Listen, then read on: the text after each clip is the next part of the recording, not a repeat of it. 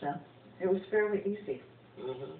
Now you have been in the private sector. How many? 17 or something? Now I've been in private 11 years. 11 years with the Association of Publishers, American Publishers.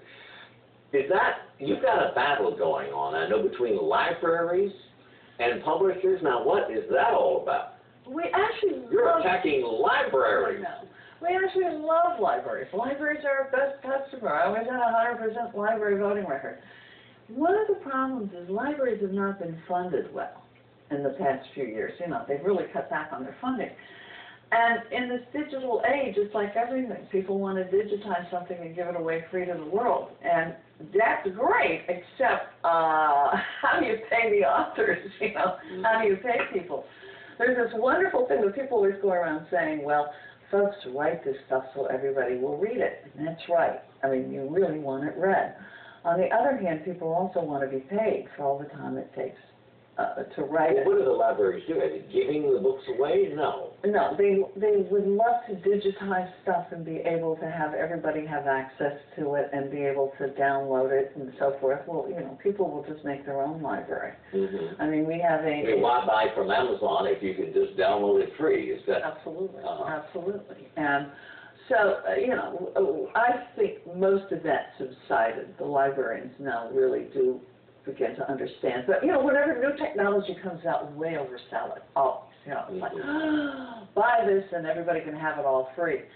And it's always interesting. You're willing to buy the machine, but then you don't want to pay for the content in the machine. And the content's very important. That's the most important part of our economy in the United States anymore, is intellectual property, where you make things with your head, not your hands, you know. Yeah, we've seen, boy, every day there's in the newspapers about the decline of newspapers.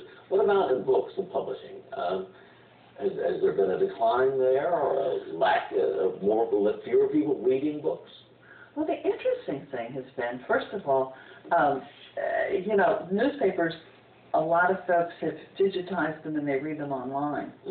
And so then they've lost their subscriptions, and the subscriptions is what drives the advertising, which pays for the journalists. So we're going to have a real problem very soon.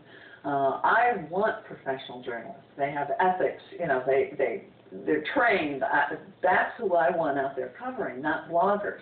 Bloggers are fine, and there's a reason for them. But the whole idea that we're just going to have bloggers reporting the news is not what I want. So I think we're going to have to find some way to preserve newspapers and journalists, because it's very troubling. It's the same with main broadcasts. They're in trouble. Now, books. Ask me about books. Interestingly enough, people still prefer to read a book. It's 500-year-old technology, but they don't want to curl up with a screen. You can't, you know, on a beach or in the bathtub or something. Somehow it's not as pleasant. I think eventually somebody's going to come up with something like an iPod that works, but, you know, we're not there yet. Our guest today on Encore, Pat Schroeder. We'll be back with our usual final question in just a minute.